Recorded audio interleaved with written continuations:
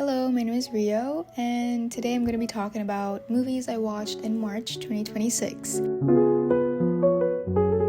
And honestly, I think I'm going to keep this up because it's been a while since I've watched movies and I forgot how much I loved talking about movies. So let's hope I stay consistent, which I will try. I'm going to try to keep my reviews short and sweet.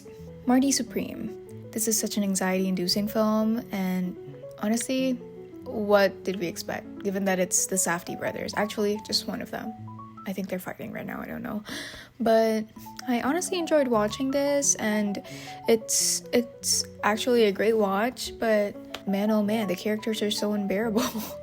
And I think that's the point. The only not unbearable one was the Japanese guy who won the ping pong. And honestly, I'm just not really a fan of guys not taking the L properly. I don't know. He's just so annoying. And I guess Timothy Chalamet methoded so badly that everyone hates him now. But yeah, I like this movie, I guess. How it ends.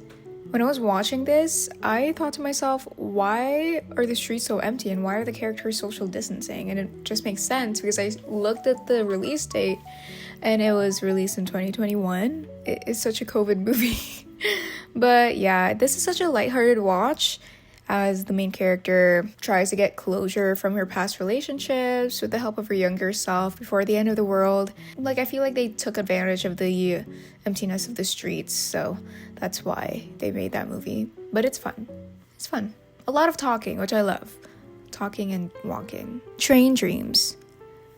Okay, I'm gonna have a little spoiler for this one, so buckle up maybe if you want to watch this movie.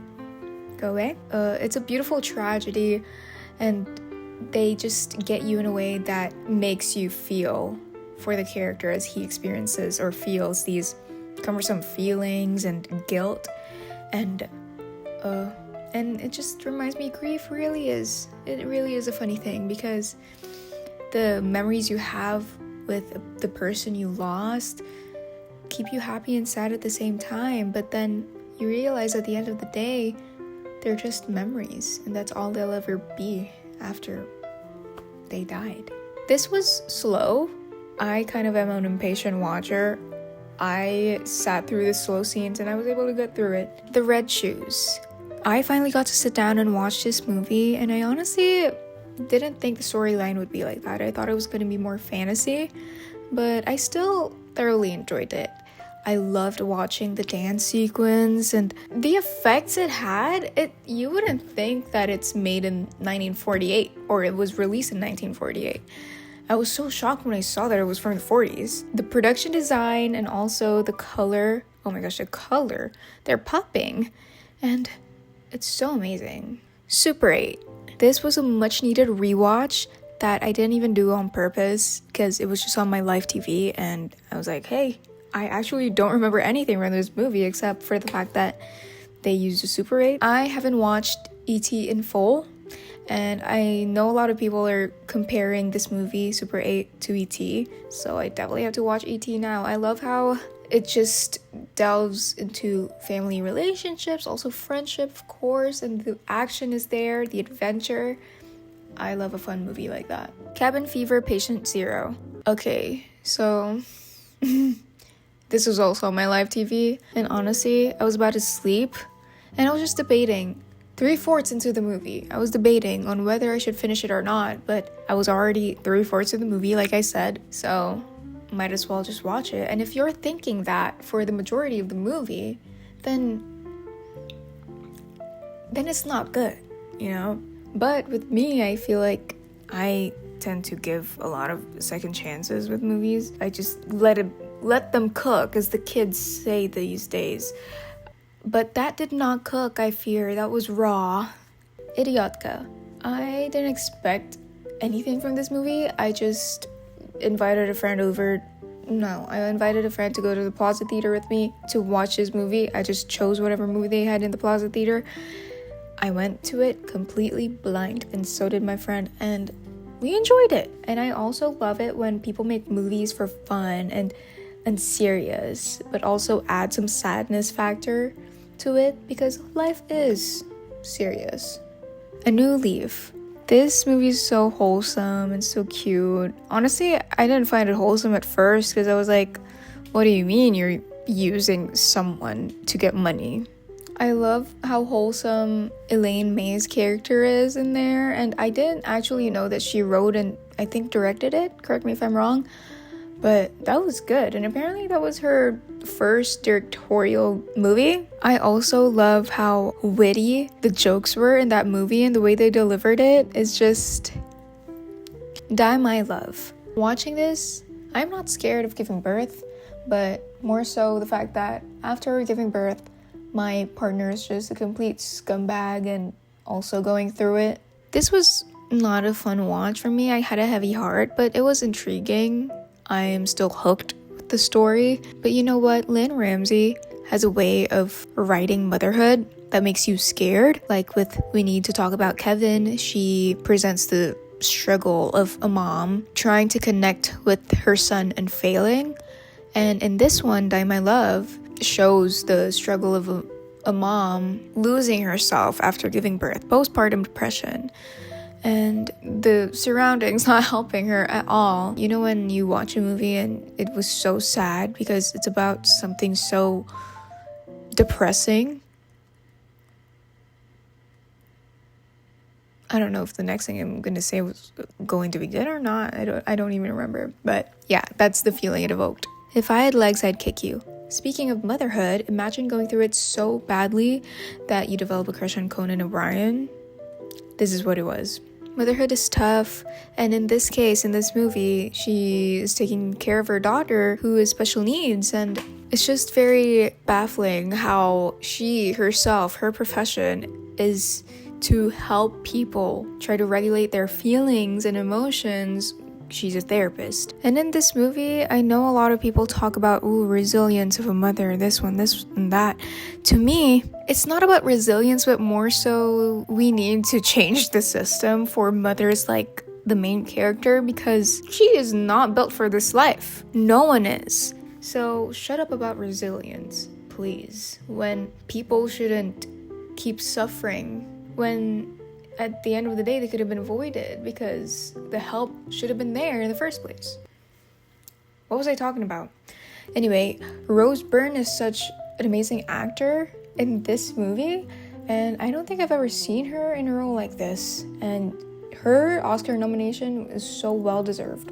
Manila by Night, or also City After Dark, because I know Melda Marcos, which was the first lady of the Philippines, at that time requested to change it because she didn't want Manila to be presented that way. Maybe her Manila. This movie focuses on different characters with different walks of life, and they all have one thing in common, which is they live in Manila and they are trying to live a better life for themselves. And yeah, because Manila is a city where a lot of people really move there from the provinces, because in the provinces, dreams are less likely to be achieved.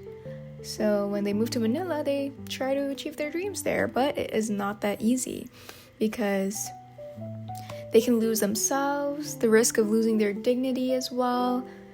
It's prevalent over there. I actually watched this movie on YouTube and it was very low quality, and as I was reading through the comments, I saw a commenter that said, "The storyline is so messy," to which another person replied, "Just like Manila." And Nirvana, the band, the show, the movie. This is such a nice movie. And honestly, I never thought I would enjoy this because I thought it was such a guy movie. But then I watched it and I'm like, okay, good thing I gave this a chance because it's so good. I love that they have fun creating this movie. I think they had fun. It shows that they have fun. And I'm intrigued. I'm intrigued with Nirvana, the band. Like, I haven't even heard any songs from them. Are they even a real band? Yeah, this was such a fun watch, as I said. And anytime a scene comes up, I'm always so curious. Like, how did they do that? What are the logistics? Is this legal? the last question was the question I asked the most throughout the movie. Project Hail Mary. I honestly think this is my favorite movie of 2026 so far. There are visual and sound stylistic choices that may look like a little bit of tweaking, but their impact is actually so huge and valuable. For example, the light leaks that go beyond the aspect ratio when it's flashbacks. Oh my goodness, that was so cutie. And they may not be the first one to ever do that, but that was the first time I've ever seen that in a movie. It was so creatively done. Another example with sound, the silence, the use of silence in certain scenes that just makes the emotions more felt by the audience. And honestly, the directors for this movie were the same directors of Lego Movie, so I should have just expected that it would be peak. Gitling. This movie has 5 languages, one of them made up for the movie, but there is one language that is not among them that spoke to me the most, and it's presence. The 2 main characters have one thing in common, loneliness, and what helped them was each other, being present for each other. I am so happy I finally got to watch this movie because I've been trying to look for this movie everywhere, and now guess who has a one-flick subscription. Thank you, Ate. Thank you. In Gitling, there's a Japanese director who goes to the Philippines for a film festival, and his interpreter, Jamie, works for him, who is a Filipina. There were scenes where Jamie would switch languages to better explain something to the Japanese director, and I love that particularly because it shows the power of code switching, because there are really, you have to code switch when you want to try to explain something deeper and better. And it just shows that every language is unique. Anaconda. So silly. It's not a Jack Black movie if he doesn't sing at any point. Send help. If I apply for Survivor, I wish to move the same way Linda Little did on that island. She should have been on Survivor 50 instead of... Not gonna say anything. Those are all the movies I watched for this month of March 2026. In total, I had 16 movies, and I want to top that. Come on, April. Let's go. And I'm also sorry that I have my phone out. I kind of don't like it when I have my phone as a microphone because this microphone was dead. I didn't have time to charge it, so it just looked like it was like, hello, movies. I am so excited to watch more movies, of course, and yeah, can't wait.